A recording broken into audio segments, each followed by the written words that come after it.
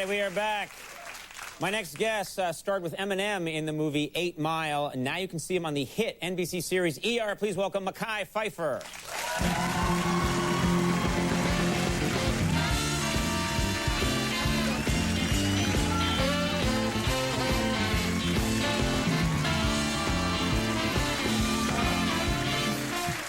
What's up, Conan? Great to have you here. I'm Thanks glad for to doing be the here, show. man. You know, finally. Life is going so well for you. 8 Mile, huge success. Huge. You know, but it wasn't a huge opening. Well, okay, please. I have tried to clean up this show since I got that filthy Alan Cumming out of here. Yeah. Yeah, did great, and now you're on ER, yes. So your star is on the rise. And then I find out that you just judged the Miss USA contest. Men dream their whole lives to judge a big beauty contest. It's a wonderful thing. Yeah. It's good for the soul.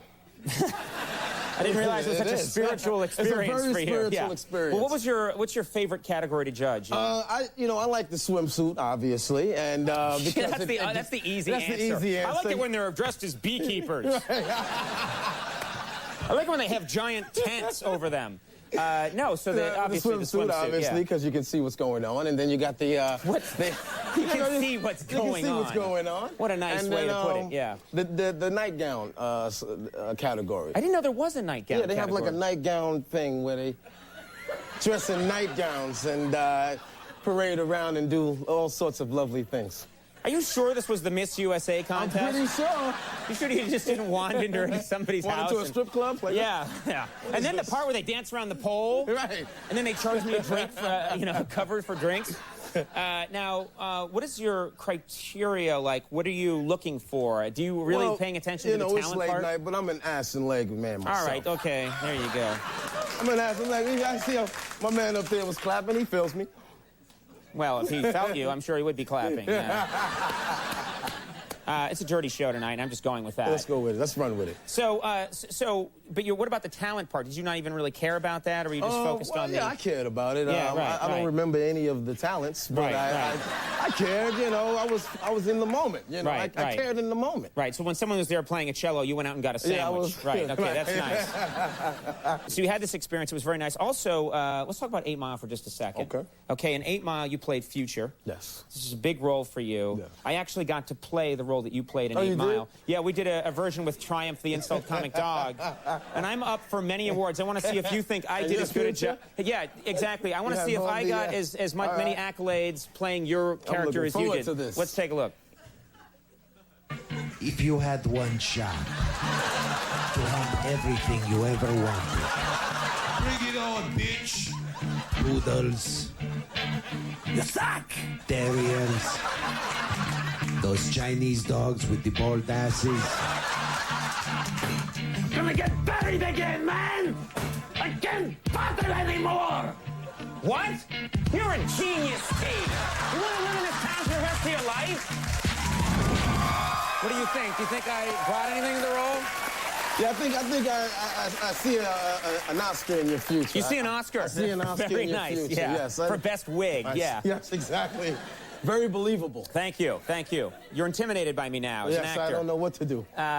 You're living in Los Angeles. What are you driving? Because I know whenever anybody lives in LA, it's all about what they're driving. Right. What are you driving? Well, I drive a customized Harlem's finest Expedition. Okay, an Expedition. An Expedition. Have you done anything to the Expedition? I've done all sorts of things. I don't want to bore the crowd, but I've done sort of suede interior. I've done the 4 TVs, the DVD, the VCR. Wait a minute, 4 TVs? 4 TVs. Are you watching TV while you're driving around L.A.? Well, sometimes I take a glance at the game. When I'm stuck in the 405, bumper traffic. So is it illegal to have the TV on? Because I've looked around and sometimes I see people with like the giant antenna on their roof, and I'm thinking... sometimes I like to live on the wild side. Right. So That's I actually terrific. have it on when I'm driving. Right. Only the wild side here means you're watching SpongeBob while you're going down the 405. Right. That's pretty rough. Watch it. What about, tell us about ER. ER is wonderful. The show has a lot of respect. People love the acting, the writing on the show. I love but it's very demanding. You have to know the medical jargon, which has probably got to be the toughest. Medical jargon is definitely something that is challenging. I've never been a doctor. I've never gone to a school for doctorisms. I didn't assume. I didn't assume that everyone... Did you know that everyone there had to go for 4 years of medical school? Went for doctorisms. So, I mean, but it must be great to have that stuff in your head. I would love to know that stuff. Well, you want to... Just give me a little medical jargon. Okay, let's say if you're having a heart attack. Which I am right now, So do something. Okay, I'm having chest pain radiating. We need CBC lights. We need BUN, creatinine, glucose, AccuChicken, and HemoQ times 3. These have refractory VFib despite lidocaine and procainamide. Let's get some help over here. Hey, that was nice.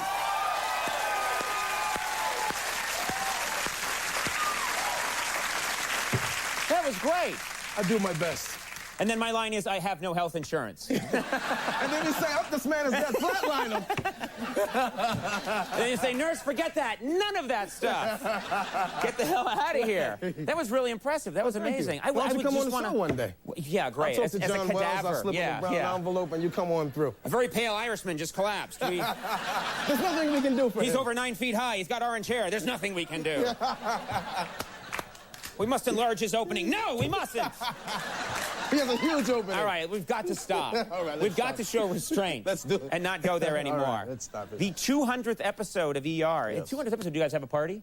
We had a great party. Wow. A great party. It was like a rap party / 200th party. Right. People went on stage, we danced, we drank, we were merry. Did people get really, People got thirsty. trashed? You know, it's funny because, you're on the set, people are more or less refined and they're doing their jobs, and it's a fun set. Right. But, when they get a couple of drinks in them, it's like, hey, man, I just always wanted to tell you something, man. When you did that scene, it sucked. Get another one. Yeah. And then you remember it the next day and you start hitting everyone.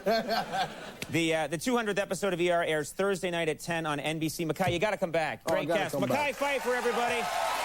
We'll be right back with Bone Crusher. Stick around. That was hilarious.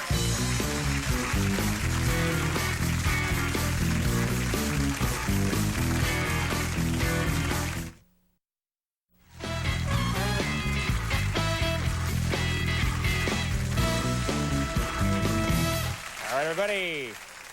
My next guest is here with a song from his brand new album, Attention. Please welcome Bone Crusher. Yeah.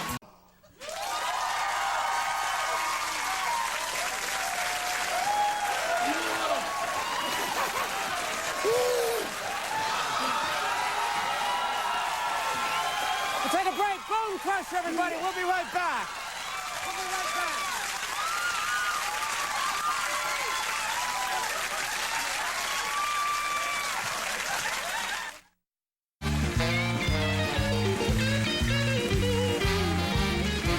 All right, everybody. That is my show for tonight. I do want to thank my guest, Bone Crusher. Thank you for... Bone Crusher, Bone Crusher, you got to make that pants thing part of the act. That's amazing. Yeah, very good. My thanks to Mekhi Phifer for being here. He's a good man. Hello. Big thanks to Alan Cumming for being here. You got to love Alan Cumming. Huge thanks to Bob Costas and James Lipton for helping us out. Jimmy Vino and the Max Weinberg 17th number. Last call is Carson Data. Goodbye, everybody.